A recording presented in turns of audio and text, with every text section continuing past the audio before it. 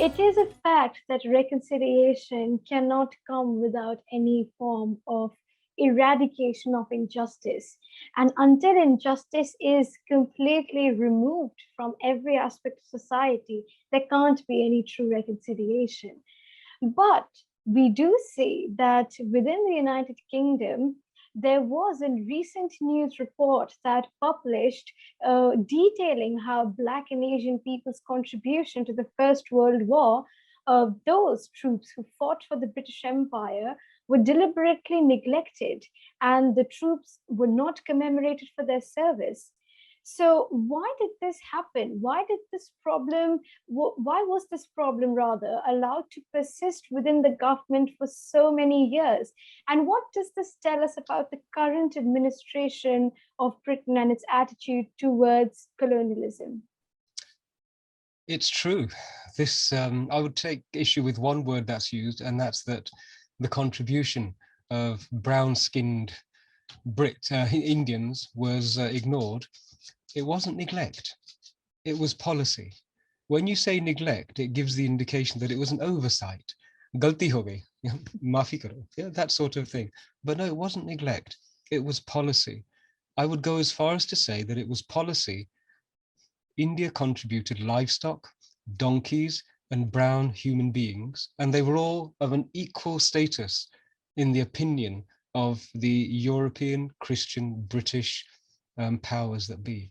And so you don't put up memorials to donkeys. Well, in fact, in the Cenotaph in London, there is a memorial to all of the animals which were killed during the World War, right? So yes, even the donkeys, they got a memorial, right? But brown people were not deemed to have souls. Remember, the church had taught the white people that brown people don't have souls, they're like animals. And so it was a residual perception that they're just livestock and we can use them in whatever way we wish. Of course, this is a very inconvenient history in the 21st century. And so imagine if you have done what the British did to so many people around the world, and then you spun this story about how you were so magnificent and so wonderful, and then cracks start to appear in that story. What you don't want is for that story to completely crumble, because then you're revealed for being nothing more than a petty thief on a huge scale, nothing more than the most unnoble of people. And this is the issue. There are now histories being discussed and disclosed, which actually are requiring the British establishment to have a look in the mirror that's being presented to them. You know, we are the mirror in which the British identity is having to see itself in the reality as opposed to what it imagines itself to be. And so all of these inconvenient steps are they're part of maintaining the story. And how do you maintain the story? Oh, they were terrible people. They were racist at that time. They made a mistake and it's an oversight and we will do our best to fix it. You fix it. And then what you do is you claim that because you have fixed it, that's proof of how wonderful you were and how wonderful you always have been. The story must remain intact. I've wandered around Parliament Square on a number of occasions in London. And outside of Parliament, there is a statue of Oliver Cromwell. Okay, Oliver Cromwell is the guy who completely virtually cancelled the Parliament. He destroyed the parliamentary power. And yet, by putting him in front, he becomes part of the story. Right? This is something that religious institutions will do. They will kill somebody, a saint, and then they will accept him as part of their story. And of course, he becomes an ornament for their story. It doesn't matter whether he was crucified or whether he was burnt at the stake. So long as your story is maintained, then you can hide whatever you have done in the past behind that story. If you look at the all of the British monarchy, its main role is to maintain the story. It's like a serial which is running a testimony to British superiority, and it's just the story. The difficulty nowadays, though, is that there is a sense, you mentioned the word injustice, and that word injustice has gathered so much momentum now. Africans are talking to Indians and saying this was what was done to us, and Indians are saying to Africans this was what was done to us. I have many friends who are native indigenous Americans from Turtle Island, as they would say, and they're talking to us.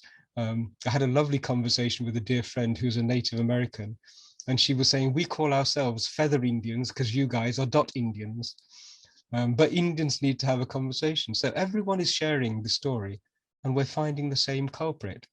We're finding the same criminal who identity and mentality, who was responsible for so much suffering on so many continents. And so as this information comes out, the story of white Christian supremacy becomes challenged and threatened. And it has to fall because it is an act of adharm.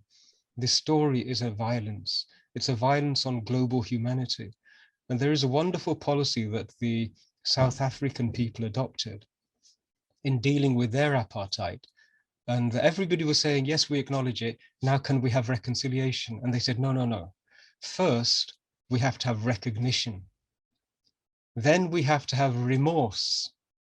Then we have to have restitution, i.e. reparations. And then we have recognition, then we have reconciliation. If you jump from recognition to reconciliation, it's a shortcut and it doesn't work. It means it's dishonest, it means it's deceitful, and it's not to be engaged with.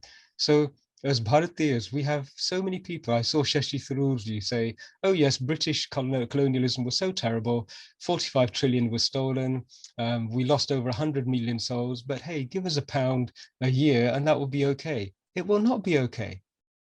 That will not be okay because nothing is taught.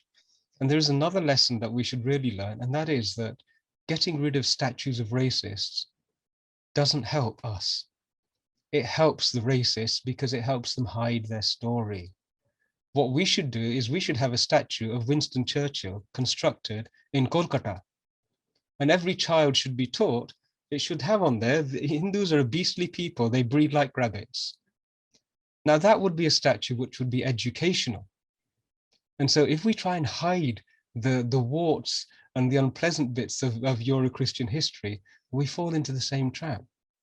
And so, no, we shouldn't be demanding statues are torn down. We should be using the existing infrastructure of colonialism and preserving it to teach and educate until Europeans themselves say, bas, bahut ho gaya. We will get rid of these statues ourselves. Then we have humanity moving forward. Then we have a huge leap forward.